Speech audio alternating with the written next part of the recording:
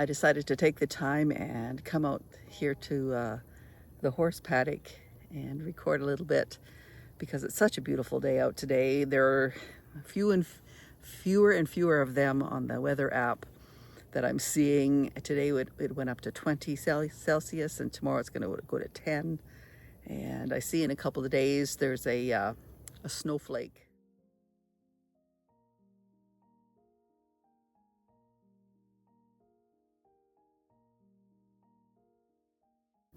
On the weather app, and that's our first sign of snow coming down. So we've been slowly putting to bed everything around these acreages. Owen's been winding up the hose.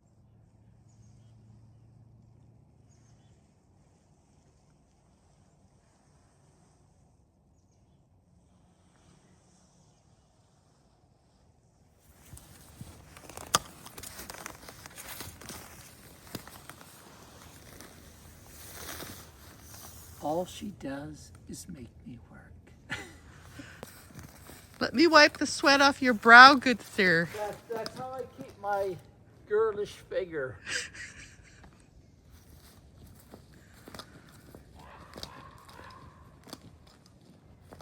The watering hose is draining them, draining the water reservoirs that we had from gathering water.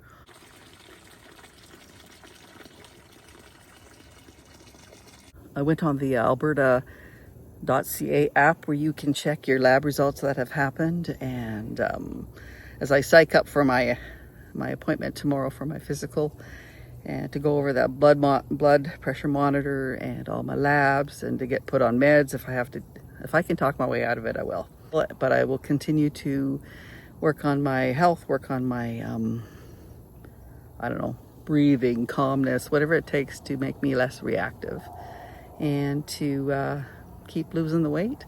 And hopefully I don't need to be on blood pressure meds forever. But yeah, I don't know as far as mechanisms and when things get you to that point, whether you're stuck there or not, I'll find out. Because I have since May lost 30 pounds and I'm going to continue because I have another about 30 to go. And I'll just continue on and learn other skills. I'm going to try perhaps a little yoga. Just something to become more meditative, more calm, and decrease the stress, less watching of the news, less dealing with my extended family, and just kind of get cozy and calm as fall comes in, as winter comes in, and just learn over the winter how to handle the stresses and stripes of my life in my mind. Well, I'm back from my appointment. It's the next day. I had a shadow with me because Jasmine's not in school. She was right beside me during my annual physical when I was up on the examination table to get my lungs and heart and painful ribs checked out. She was right beside me. It seemed that she didn't want to let me out of her sight, so that was okay. And our doctor's fabulous and had no problem with any of it. Anyway, my blood pressure was checked right there in the office and it actually behaved itself, so I don't need to be on medications. The 24-hour monitor results weren't even in his computer yet, so again, no meds. But he did send me off to get x-rays for my back and I did that.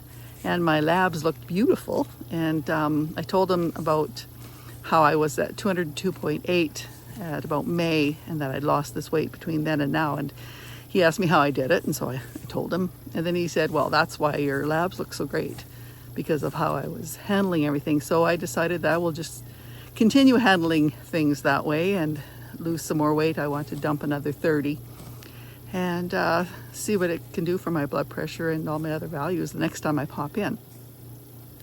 But I was thinking, I've been doing enough videos and we've mentioned Jasmine enough that I thought I would give a little history on how we ended up having a child after the age of 50. You know, it's not a normal thing. She's not a grandchild, but the story is a convoluted one and a painful one for me, so I'll see how it goes. Let's see.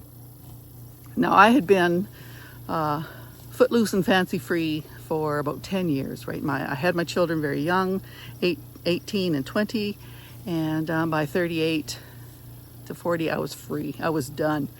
So I could come and go as I pleased. Now, Owen had his kids a little bit later, so he had maybe 5 years of freedom before this all came to be. Now, we had found out that my youngest sister was pregnant, and she's got some pretty difficult mental illnesses, and she can barely look after herself, so having a child was kind of not a good thing. And indeed, she'd ended up in Centennial Center, which is a mental institute, for a time. They were looking to put guardianship on her while she was pregnant. So they called a family meeting.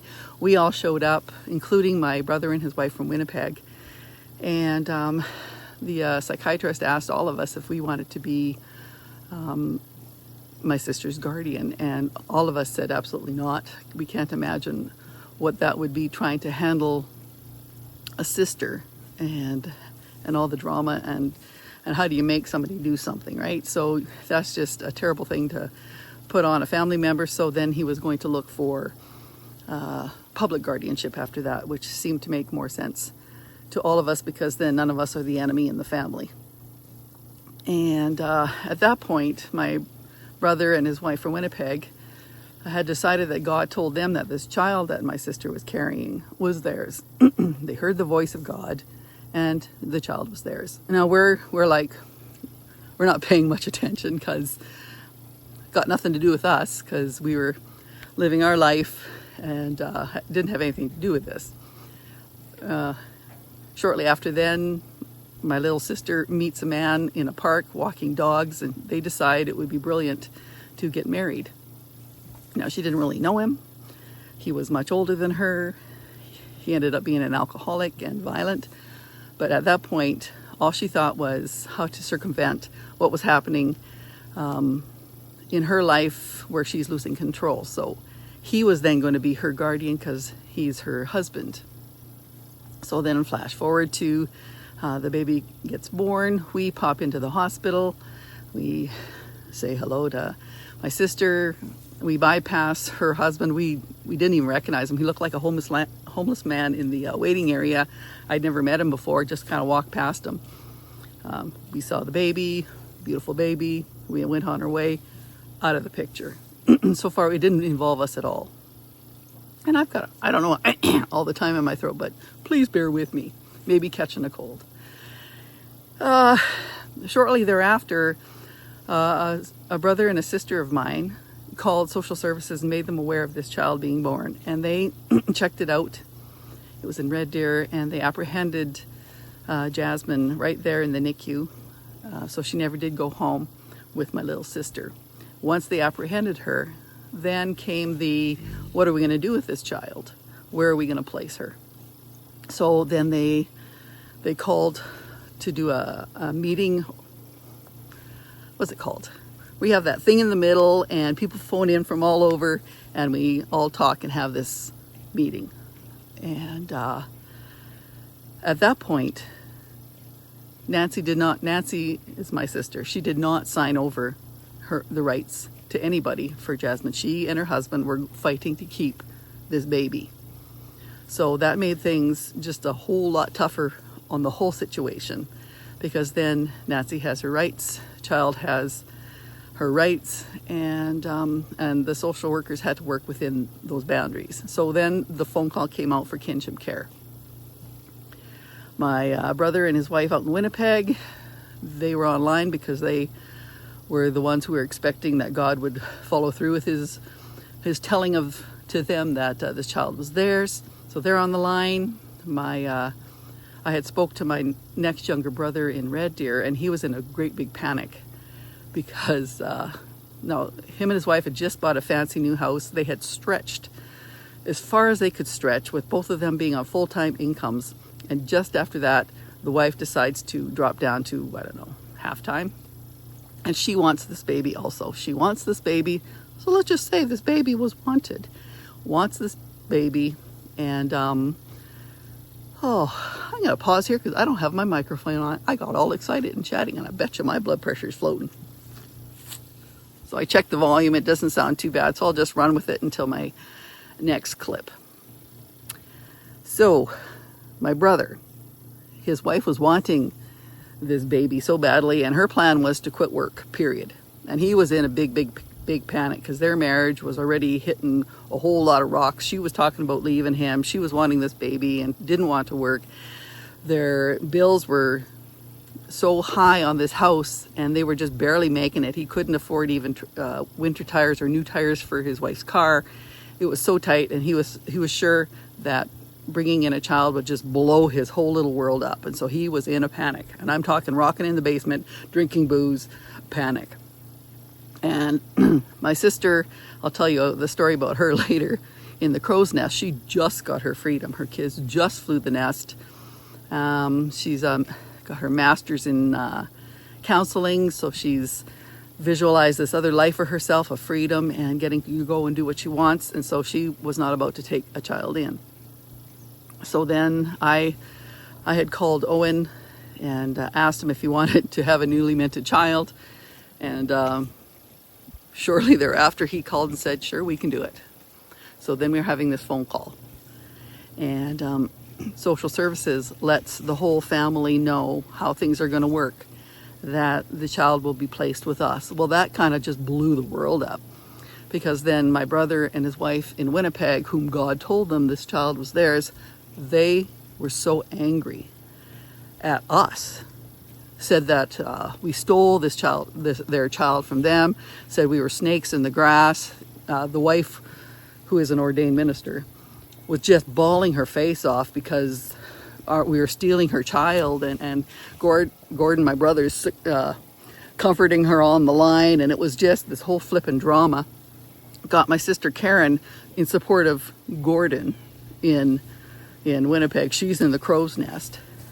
Brother Daryl in Red Deer is kind of trying to make peace, and it's not going well, and the social workers couldn't make my brother in Winnipeg to understand there are court orders now in place.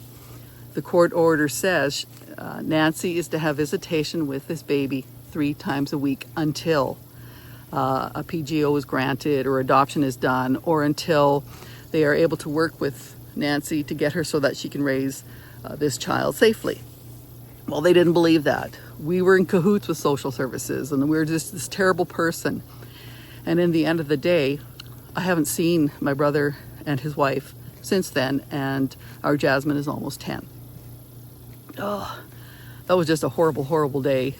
And had the sister with the Masters of Counseling, knowing what it's doing to my family, calling my daughter, stirring up the shit, basically letting her know that we were replacing her, my now 41-year-old, with this baby girl. And every little thing that's in my older sister's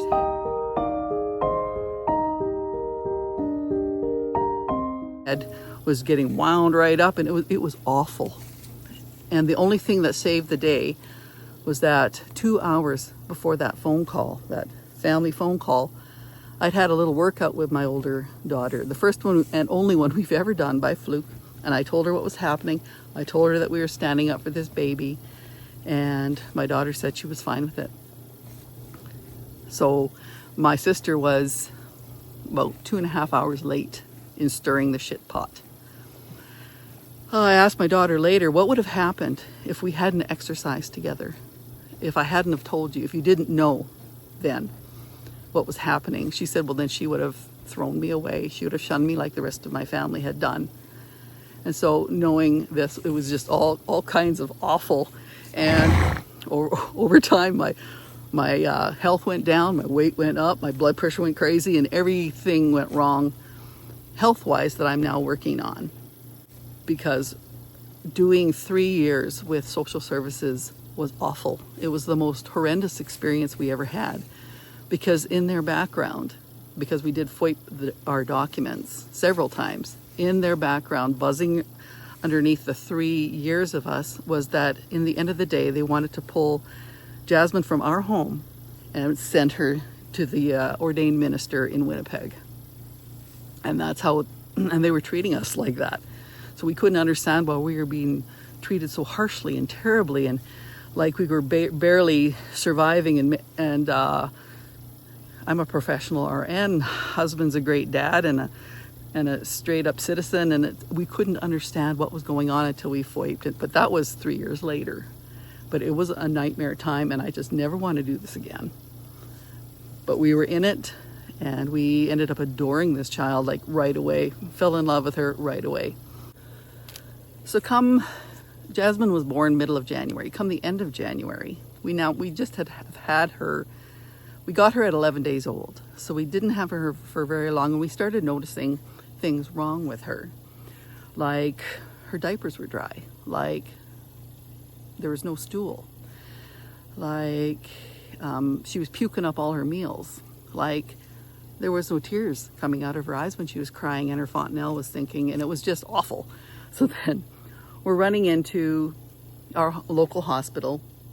They have no idea what's going on with her.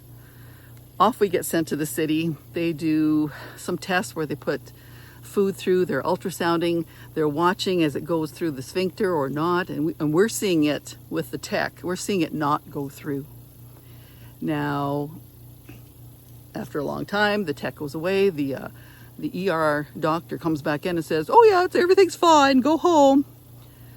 The tech is looking at us, we're looking at him, but what are we gonna do here, right? We go home. This continues.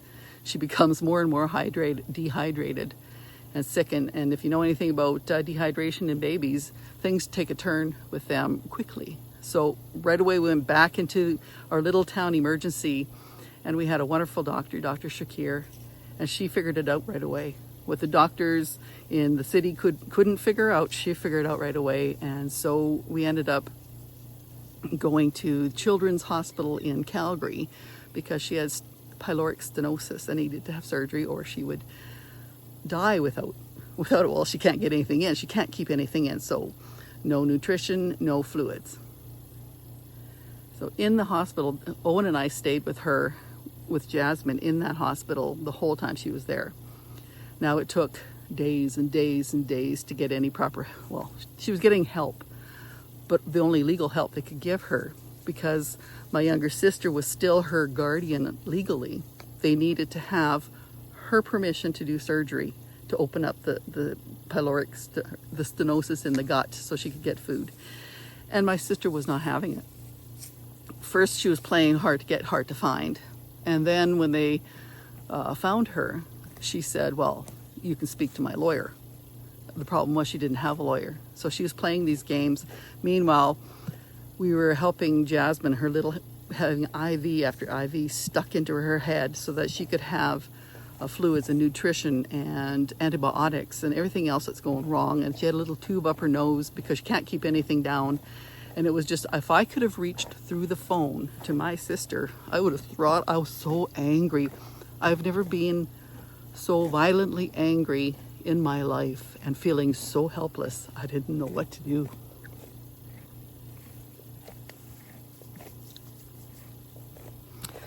So eventually it got to the point where if the sister didn't sign, the surgeons were just going to have 2 or 3 of them sign off and do it without her.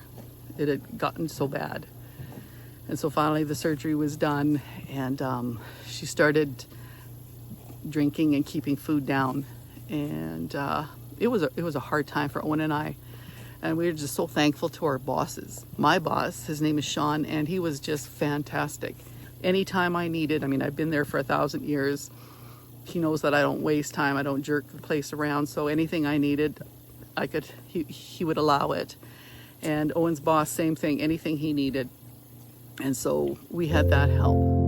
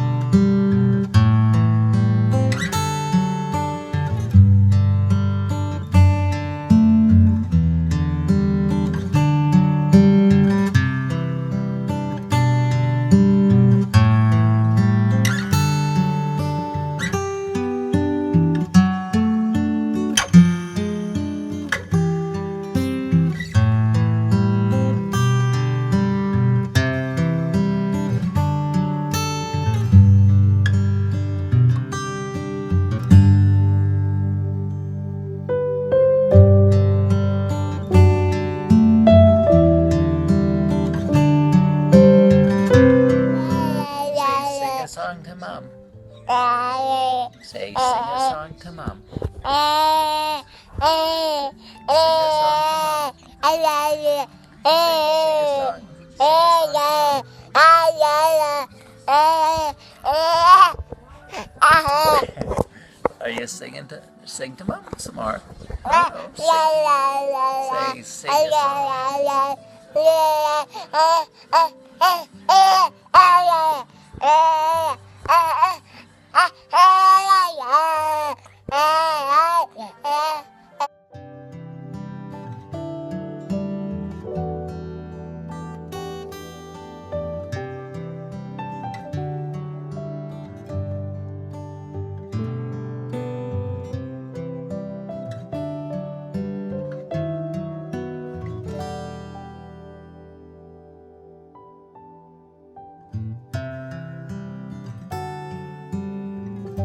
And when we got home, we also had the help of our day home provider, which we found it was like a miracle. It was the only day home provider in our town that had space open for somebody her age so that we could stay employed. And also social services didn't want us to not continue to be employed. So they were helping with that end of things. And so Michelle was our third arm.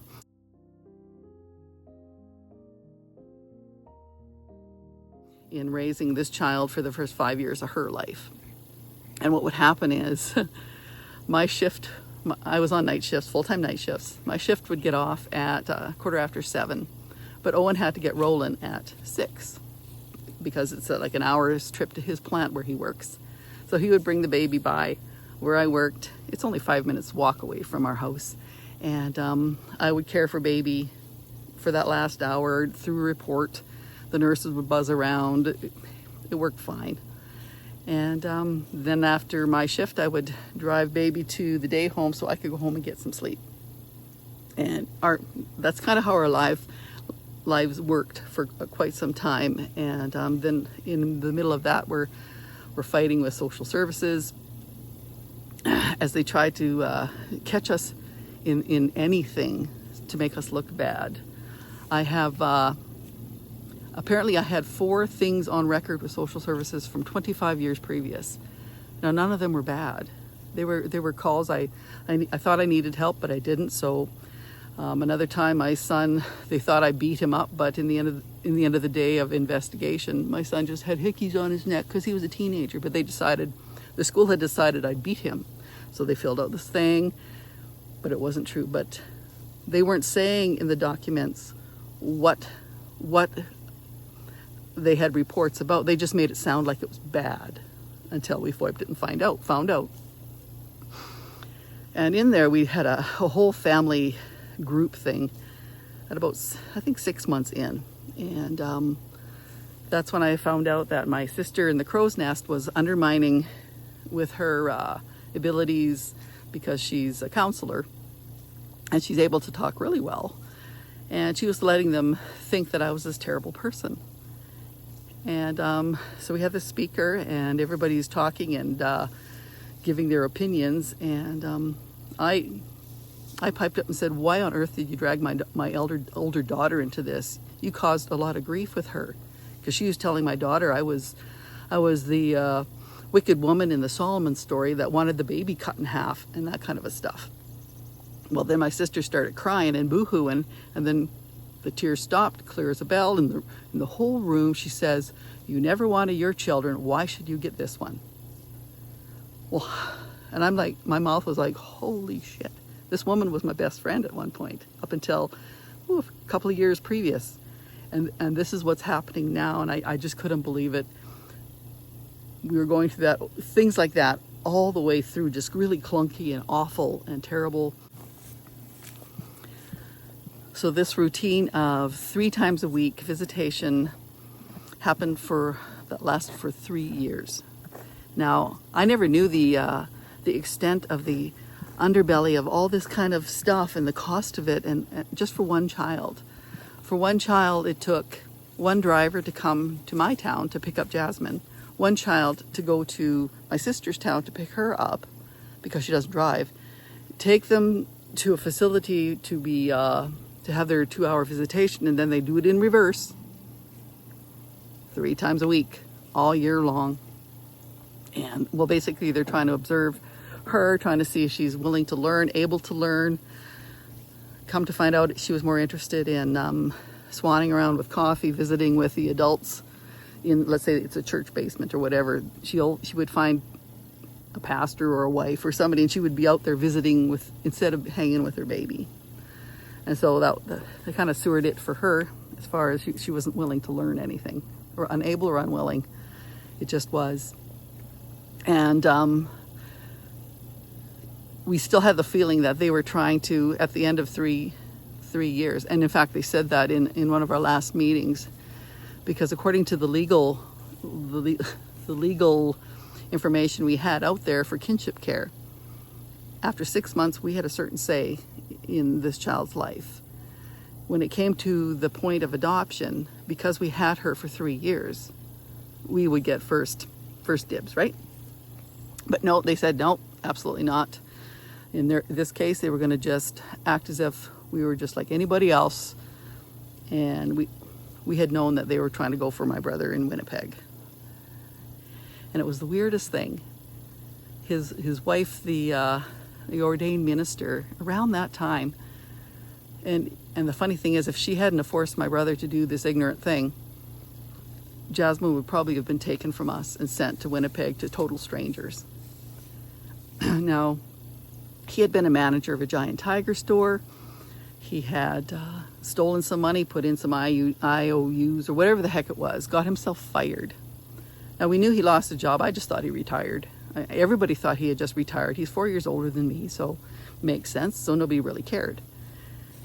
She made my brother call our mother to confess his sins, and Mom told the world. And so then I found out, and I absolutely told social services about the things that were happening in that household, that he was fired from his job, etc., etc. Suddenly it was like a light switched. They looked at us like, you were always the plan. And they were just all buddy and kind and fine. It was just, we were like, are we in a different world? Because this is so different than it had been just the day before. But in the end of the day, Nancy did sign whatever the heck she had to sign. It was 3 years in. Her husband was still alive at that time. But we did adopt Jasmine, and then we had been for every 3 months doing visitations. I would drive Jasmine up to see Nancy, and they would just spend some time together. Nancy could never handle the full 2 hours, but the decision was, as long as our Jasmine is enjoying herself, as long as our Jasmine is not being abused in any way, we would allow this, we would facilitate and make this happen. And we've had to do some periods of time where my sister has been pretty terrible to me and telling me I'm no longer her sister, etc., so that then Owen would go take Jasmine to, let's say, the Treehouse play, McDonald's play place in Red Deer, and they would spend time together. They would play, and of course Nancy couldn't handle the full 2 hours, so she'd leave early. But we did it.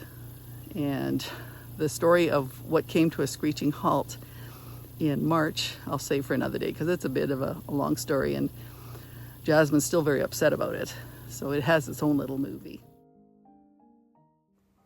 We took good care of Jasmine, and over time we noticed things about her. And before her 3rd birthday, she was diagnosed with autism and global delays. But she is the most wonderful, loving, funny, smart child that there could possibly be, and we absolutely adore her. She's musically inclined, and so we're going to be working in that area with her. As long as she enjoys it, we will do it. And in time, we did her adoption. We got the cool little cake, had the family over, all those that were left that would speak to us anyway. She got to meet Owen's mom before she passed, and pushed her around a little bit at the Good Sam's nursing home. And she absolutely adores her dad. Owen is her person. He's the one that's there for her most of the time because I was on those night shifts. We love doing dress up with her. That was her Halloween with the man in the yellow hat. She loves animals. No animal is beyond what she wants to play with. She enjoys, I forget who these guys are. She's into Paw Patrol and her mom and her dad, and sometimes she's into hip hop, and she enjoys herself there. I take her with me wherever I go. She's my little shadow. And let's see. Oh yes, and she's such a help on the acreage. She loves to help her dad out. She absolutely adores being in the skid steer, helping out in there. And yeah, she's been not a problem at all. She's actually added to our life. We've enjoyed every minute of our time knowing her in all these years.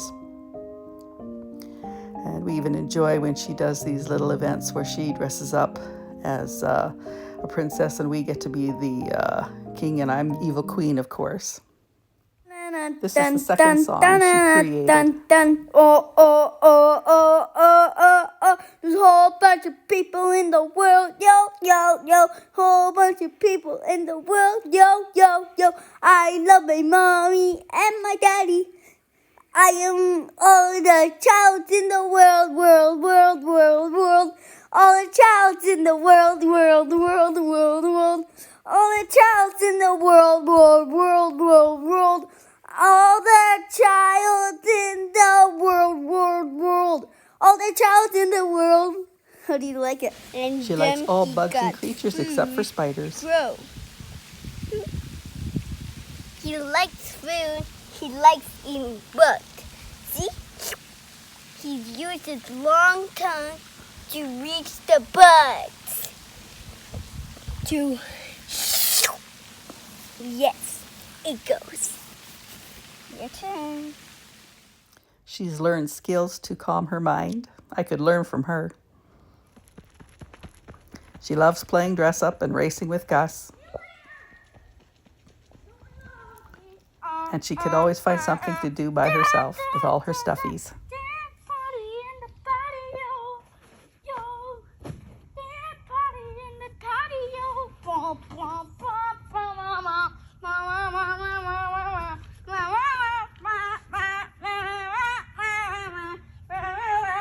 Everybody's dancing everywhere.